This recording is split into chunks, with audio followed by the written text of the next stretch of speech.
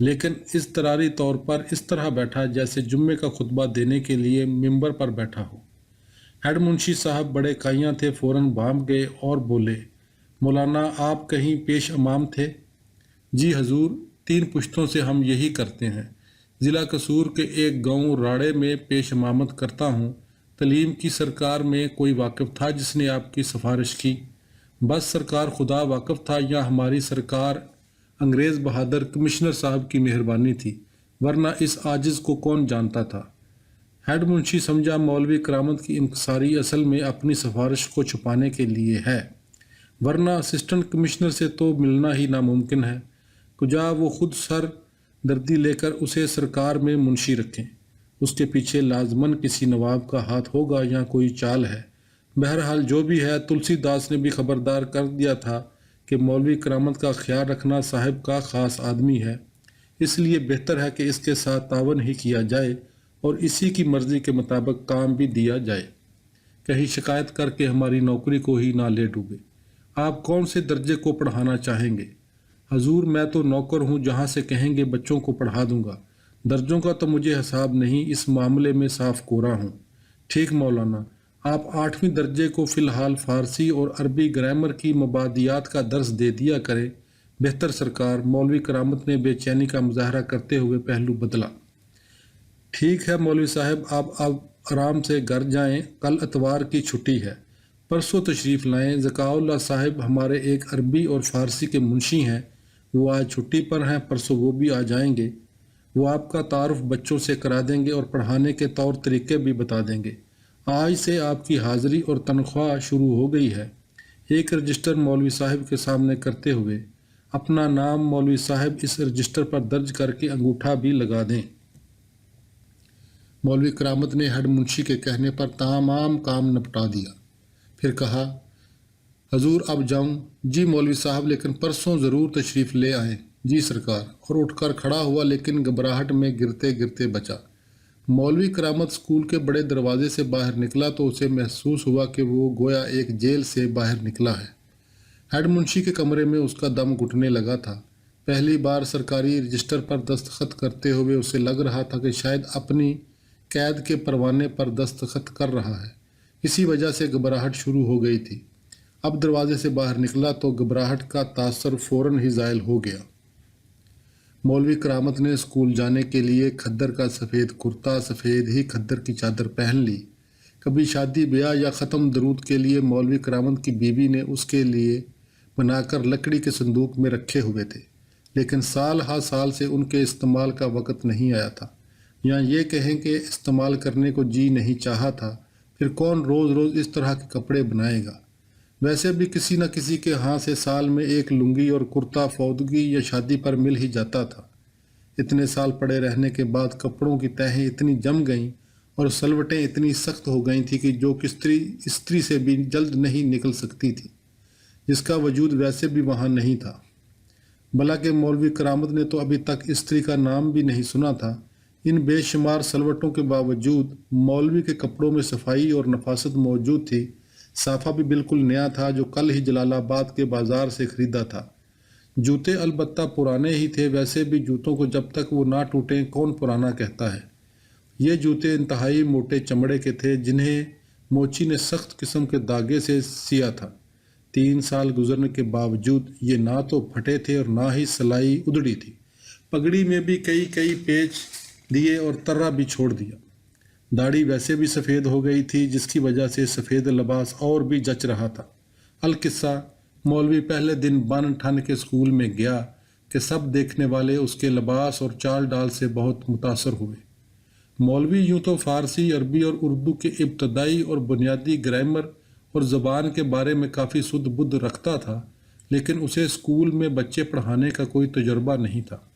ہر چند وہ اپنی معلمی کے تمام کمالات فضل دین پر آزما کر اس کام میں ماہر ہو چکا تھا، لیکن دوسروں کے بچوں کو پڑھانے کا موقع پہلی ہی دفعہ ملا تھا، اس لیے بہت زیادہ ڈرا ہوا تھا کہ خدا جانے کیا غضب ہو جائے۔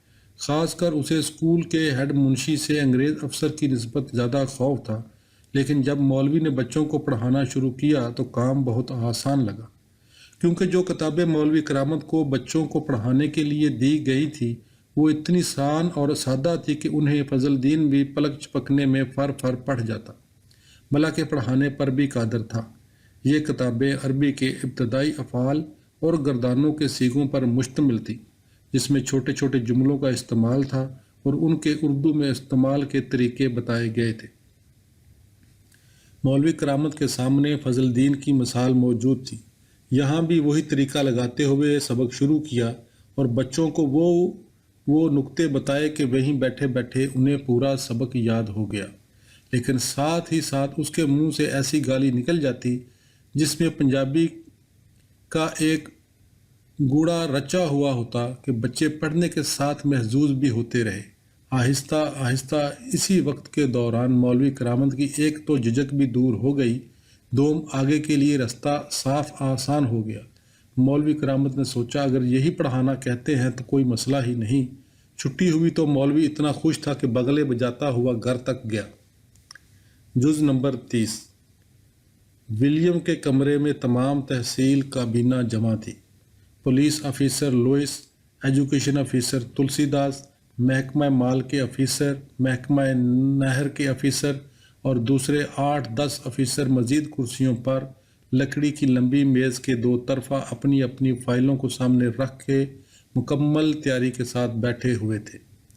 یوں تو یہ سب دیسی اور انگریزی افسر اپنے کام کو احسن طریقے سے سمجھتے تھے اور اسے پورا کرنے کا تجربہ بھی کسی بڑے افسر سے کہیں زیادہ تھا کہ اگر ان کو آزادی سے کام انجام دینے کی اجازت مل جائے تو منٹوں میں نپٹا دیں، لیکن بیوروکریسی اس بات کو نہیں مانتی۔ عموماً تحصیل جلال آباد میں ایسے افسر آتے رہے جو خود تو خیر کام کو سمجھتے نہیں تھے، اگر متحد کام کرنے کی صلاحیت رکھتا بھی تھا تو اسے ایسی پیچیدہ اور نافہم قسم کی ہدایات میں الجھا دیتے کہ ایک آسان سا کام بھی اقلیتی سی قاعدوں اور کلیوں کا اچھا خاصا تماشا بن جاتا، پھر یا وہ کام فائلوں ہی میں دب کر مر جاتا ورنہ نہایت بیکار حالت میں انجام پاتا اور بالآخر اس کمشنر کا تبادلہ کہیں اور ہو جاتا۔ اس طرح تحصیل کی ترقی ہو تو رہی تھی لیکن کچھوے کی چال سے۔ مگر ولیم کا معاملہ اور تھا، اور یہ بات پچھلے عرصے کے دوران تمام افسر بھی جان گئے تھے کہ ان کو ہرن کی کلانچوں کے حساب سے دوڑنا پڑے گا، ورنہ ولیم آگے نکل جائے گا، وہ پیچھے رہ جائیں گے، اور ولیم سے پیچھے رہ جانے کا مطلب نوکری سے فارغ ہونا تھا، جو کسی طرح بھی گوارا نہ تھا۔ ابھی ولیم صاحب کمرے میں داخل نہیں ہوئے تھے لیکن افسروں پر اس طرح خاموشی چھائی تھی جیسے جنازے کی دعا میں بیٹھے ہوں۔ ہر ایک اپنی فائل پر نظریں جمائے ولیم کے انتظار میں متوقع سوالات کا جواب سوچنے میں مگن تھا۔ سب افسران کو بیٹھے ہوئے 15 منٹ ہو چکے تھے اور اب کچھ ہی دیر میں ولیم صاحب کمرے میں داخل ہونے والے تھے۔ پھر چند ثانیوں بعد وہ وقت آ گیا جب نجیب شاہ نے باہر سے ولیم کے لیے دروازہ کھولا۔ اس نے بڑے احترام سے دروازے کے ایک طرف کھڑے ہو کر دایاں ہاتھ اس کا ایک پٹ کھول دیا اور اسی لمحے ولیم سرمئی رنگ کے 3 پیس سوٹ میں اندر داخل ہو گیا۔ تمام افسر اٹھ کر تعظیماً کھڑے ہو گئے۔ نجیب شاہ نے دروازہ آہستہ سے بند کر دیا۔ ولیم نے افسروں کو ہاتھ کے اشارے سے سلام کیا اور دیر سے آنے پر سوری کرتے ہوئے لیڈنگ کرسی پر بیٹھ گیا۔ یوں تو ولیم نے مسکراتے ہوئے اپنی دیر عائد پر معذرت کی تھی، لیکن سب جانتے تھے کہ یہ ان VIP تکلفات میں سے ایک تکلف ہے جو ہر افسر کا اپنے جونیئر سے فرق واضح کرتا ہے، جس کا وہ خود بھی عملی طور پر اکثر مظاہرہ کرتے ہیں۔ ولیم کے کرسی پر بیٹھنے سے پہلے ہی تمام لوگ اٹینشن ہو چکے تھے، کیونکہ یہ ایک اہم میٹنگ تھی جو فائلوں سے آگے عملی طور پر کام کرنے کے لیے بلائی گئی تھی۔ اس میٹنگ میں اصلاً وہی کام ڈسکس ہونے تھے جن کے بارے میں ولیم DC صاحب سے بات کر چکا تھا۔ اس نے لیڈنگ چیئر پر بیٹھ کر ایک دفعہ تمام آفیسرز پر ایک طاہرانہ نظر ماری، پھر سب سے پہلے DSP لوئس سے مخاطب ہوا۔ لوئس صاحب پہلے آپ بتائیے کیا بنا سردار سودا سنگھ اور عبدل گجر کے حوالے سے؟ سوال کے دوران ولیم کا لہجہ اتنا سپاٹ اور دو ٹوک تھا جس سے محسوس ہو رہا تھا کہ آج صاحب بہادر کا معذرت قبول کرنے کا کوئی ارادہ نہیں، اور یہ لوئس صاحب کی خوش بختی تھی کہ اس نے پچھلے 3 دن میں اس معاملے میں کافی کچھ کام کر لیا تھا جس پر ولیم داد کے سوا کچھ کرنے پر قادر نہیں ہو سکتا تھا۔ لوئس نے فائل سے سر اوپر اٹھا کر ایک بار ولیم کو دیکھا اور بولا، سر میں نے سردار سودا سنگھ اور عبدل گجر کے لیے باقاعدہ پولیس کارروائی کو عملی جامہ پہنا کر کچھ لوگوں کو گرفتار کر لیا ہے۔ جو گرفتار نہیں ہو سکے ان کا مال بحق سرکار ضبط کر لیا گیا ہے۔ ان گرفتار ہونے والوں میں وہ تمام لوگ شامل ہیں جو شاہپور اور جودھا پور کے واقعات میں ملوث تھے۔ ان کے ملوث ہونے کا ثبوت مخبروں اور دیگر ذرائع کی ہم آہنگی سے مہیا کیا گیا ہے۔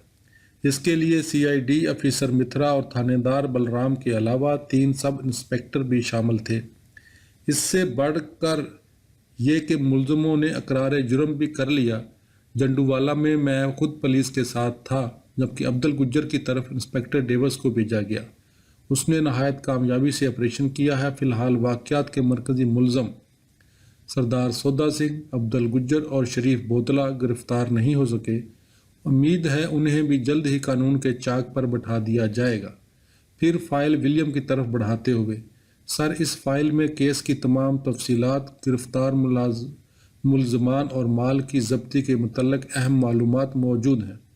لیکن لوئس صاحب، ولیم نے فائل کو دیکھتے ہوئے کہا، اس بات کا کیا ثبوت ہے کہ وہی مرکزی ملزم جنہیں آپ ابھی تک گرفتار نہیں کر سکے وہ جلد ہی کوئی دوسری کارروائی نہ کریں گے؟ اگر اسی طرح کی ایک اور کارروائی ہو گئی تو اس کا مطلب ہے ہم اپنی جڑیں خود ہی کاٹ رہے ہیں۔ سر اب ایک اور کارروائی نہیں ہوگی، لوئس نے انتہائی پراعتماد لہجے سے جواب دیتے ہوئے کہا۔ مزید کارروائی کے لیے نہ تو ان کے پاس آدمی ہے اور نہ ہی ہمت۔ تیسری ضرب میں نے ان پر اخلاقی بے توقیری کی لگائی ہے۔ میں نے ان کو اس طرح ذلیل کیا ہے، اب انہیں اپنے وقار کو سمیٹنے میں زمانے لگیں گے۔ ولیم کے ہاتھ کے نیچے پڑی فائل کی طرف اشارہ کرتے ہوئے، سر اس فائل میں کارروائی کی تمام تفصیلات درج ہیں۔ آپ اس کا آرام سے مطالعہ کر کے میرے لیے مزید جو حکم چھوڑیں گے میں اس پر عمل کرنے کا پابند ہوں گا۔ ولیم نے لوئس کی کارروائی پر اطمینان کا اظہار کرتے ہوئے کہا، گڈ۔ مرکزی ملزم کب تک گرفتار ہوں گے؟ لوئس نے اپنا دایاں کان کھجا کر ولیم کی طرف دوبارہ دیکھا اور کہا، سر اس کے لیے میں نے مہاراجہ پٹیالہ کو سردار سودا سنگھ کے وارنٹ گرفتاری کے ساتھ خط بھیج دیا ہے۔ اب صورتحال یہ ہے کہ مہاراجہ نے سودا سنگھ کی گرفتاری نہ بھی دی، جس کی ہمیں عین توقع ہے، تو ہم اس کا عدالت میں انتظار کریں گے۔ وہ لامحالہ عدالت سے اپنی عبوری ضمانت کروائے گا۔ جب ہم اسے گرفتار تو نہ کر سکیں گے لیکن اس کے فرار کی راہیں بھی مسدود ہو جائیں گی۔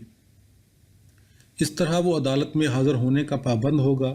اگر وہ عدالت میں حاضر نہ ہوا تو مجرم قرار پا کر اشتہاری ہو جائے گا۔ اشتہاری ہونے کی وجہ سے مہاراجہ اس کی کوئی مدد نہیں کر پائے گا۔ لیکن بات یہاں تک نہیں پہنچے گی۔ عبوری ضمانت پر حاضری کے وقت اس کی ضمانت منسوخ ہو جائے گی اور ہم اسے گرفتار کر لیں گے۔ یہی کچھ عبدل گجر اور شریف بودلہ کا معاملہ ہے۔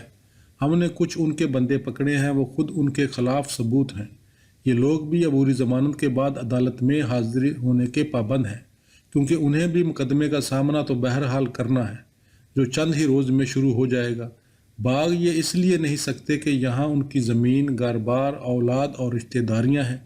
یہ سب کچھ اتنی جلدی گنوانے کی حماقت نہیں کریں گے اور یہیں رہیں گے مسکرا کر۔ زیادہ سے زیادہ حج پر چلے جائیں گے لیکن واپس یہیں آئیں گے۔ Well done mister Louis, William نے سنجیدہ لہجے میں لوئس کی طرف دیکھتے ہوئے کہا۔ پھر کچھ لمحے سوچنے کے بعد سوالیہ انداز میں پوچھا، غلام حیدر کی کیا خبر ہے آپ کے پاس؟ میرا خیال ہے اس پر ہمیں نظر رکھنی چاہیے۔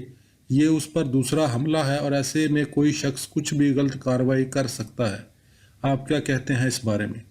سر آپ کی بات کو نظر انداز نہیں کرنا چاہیے، لوئس تائید میں بولا۔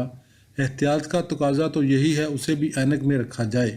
آپ جو بھی اس کے بارے میں فرمائیں گے اس پر بھی غور ہو سکتا ہے۔ لوئس، ولیم نے فائل کو بند کرتے ہوئے دو ٹوک کہا، غلام حیدر کے پاس سنا ہے ایک ریفل ہے۔ آپ اس سے وہ ریفل فوراً 3 ماہ کے لیے قبضہ میں لے لیں اور اسے پیغام بھیج دیں، وہ اپنے آدمیوں کا اسلحہ بھی کچھ دنوں کے لیے گورنمنٹ کو جمع کروا دیں۔ جی بہت بہتر، لوئس پوری فرما برداری سے بولا، یہ ہو جائے گا سر۔ کوئی اور بات؟ ولیم نے لوئس سے بات تقریباً ختم کرتے ہوئے پوچھا۔ نو سر، لوئس نے جواب دیا۔ اوکے، لیکن اس کیس کے بارے میں جو بھی اہم پیش رفت ہو آپ مجھے اس سے مطلع کرنے کے پابند ہوں گے۔